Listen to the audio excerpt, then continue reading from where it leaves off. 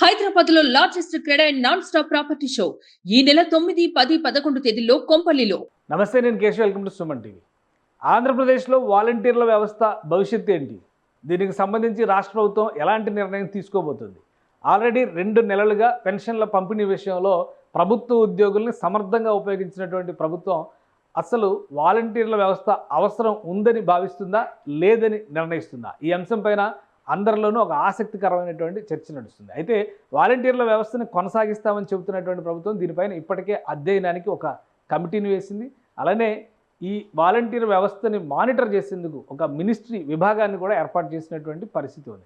ఈ నేపథ్యంలో కొంత ఆసక్తికరమైనటువంటి సమాచారం వస్తుంది. వాలంటీర్ల వ్యవస్థని మరింత సమర్థంగా ఉపయోగించేటువంటి క్రమంలో ప్రాథమికంగా ఒక కన్క్లూజన్కి రాష్ట్ర ప్రభుత్వం వచ్చినట్టుగా తెలుస్తుంది. ఈ అంశాలు ఏంటి అనేది ఒకసారి విశ్లేషించేటువంటి ప్రయత్నం చేద్దాం. ఆంధ్రప్రదేశ్లో వాలంటీర్ల వ్యవస్థలో భాగంగా దాదాపు 2,40,000 మందిని వాలంటీర్లుగా గత ప్రభుత్వం నమోదు చేసింది. అందులో ఎన్నికల సమయంలో, ఎన్నికల ముందు, ఎన్నికల తర్వాత కూడా కొంతమంది రాజీనామాలు చేసినటువంటి నేపథ్యంలో 1,03,000 మంది వాలంటీర్లు ప్రస్తుతం రాజీనామా చేస్తున్నారు. అంటే దాదాపుగా 1,30,000 మంది వరకు వాలంటీర్లు ప్రస్తుతానికి ప్రభుత్వానికి ఇంకా రాజీనామా చేయకుండా అందుబాటులో ఉన్నటువంటి సిబ్బందిగా గుర్తించారు. ఈ నేపథ్యంలో రాష్ట్ర ప్రభుత్వం చేసినటువంటి ఒక విశ్లేషణలో వాలంటీర్లకు సంబంధించినటువంటి విద్యార్హతని దృష్టిలో పెట్టుకొని వాలంటీర్ల వ్యవస్థలో సమగ్రమైనటువంటి మార్పులు తీసుకురావాలనేటువంటి ఆలోచన చేస్తున్నట్టుగా ఉంది. పెన్షన్ల పంపిణీ ఒక్కటే కాకుండా వీరికి మరికొన్ని బాధ్యతలు ముఖ్యంగా గ్రామ సచివాలయాలకి అనుసంధానిస్తూ చేయాలనేటువంటి ఆలోచన రాష్ట్ర ప్రభుత్వం చేస్తున్నట్టుగా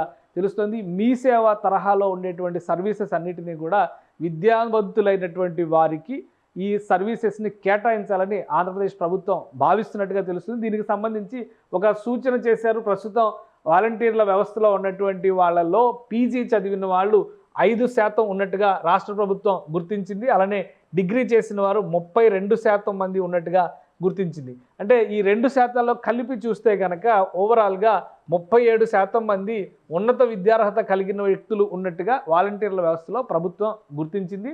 తర్వాత డిప్లొమా చేసిన వాళ్ళు, వివిధ రకాల టెక్నికల్ అంశాలపైన డిప్లొమా చేసిన వారు 2% మంది, అలానే ఇంటర్ మాత్రమే చదివిన వారు 48% మంది. అంటే 50% రేషియో ఇంటర్ వరకు పరిమితమైనటువంటి వాళ్ళే కనిపిస్తుంది. ఇక 10th మాత్రమే చదివిన వారు ఒక 13% మంది వాలంటీర్లుగా గ్రామీణ ప్రాంతాల్లో వీరంతా ఎక్కువగా ఉన్నట్టుగా రాష్ట్ర ప్రభుత్వ అధ్యయనంలో తేలింది. ఈ నేపథ్యంలో ఈ వ్యవస్థని మరింత ముందుకు తీసుకెళ్లాలంటే స్కిల్ డెవలప్మెంట్ ప్రోగ్రామ్స్లో భాగం చేయడం ద్వారా వారు చదివినటువంటి విద్యార్హతకి తగినటువంటి అంశాలలో శిక్షణ ఇవ్వడం ద్వారా కనీసం 3 ఏళ్ళు వాలంటీర్ల వ్యవస్థలో పనిచేసిన వారికి ఉన్నత ఉద్యోగ అవకాశాలు కలిగే విధంగా ప్రోత్సహించాలనేటువంటి ఒక పాలసీని డ్రాఫ్ట్ చేయాలని రాష్ట్ర ప్రభుత్వం భావిస్తుంది. ఇందులో భాగంగా వీరు ఏజ్ గ్రూప్ పైన కూడా విశ్లేషణ చేసినట్టుగా తెలుస్తుంది. ఏజ్ గ్రూప్ వైజ్గా చేసినటువంటి విశ్లేషణ ప్రకారం చూస్తే ఈ వాలంటీర్ల వ్యవస్థలో 25% మంది 20 నుంచి 25 సంవత్సరాల లోపు ఉన్నవారే ఉన్నారు. వీళ్ళని మినహాయించి చూసినప్పుడు 26 నుంచి 30 సంవత్సరాల వయసు ఉన్న వాళ్ళు 34% మంది ఉన్నారు. సో అలానే 31 నుంచి 35% ఉన్నవాళ్ళు 35 సంవత్సరాల వయసు ఉన్నవాళ్ళు 28% మంది ఉన్నారు.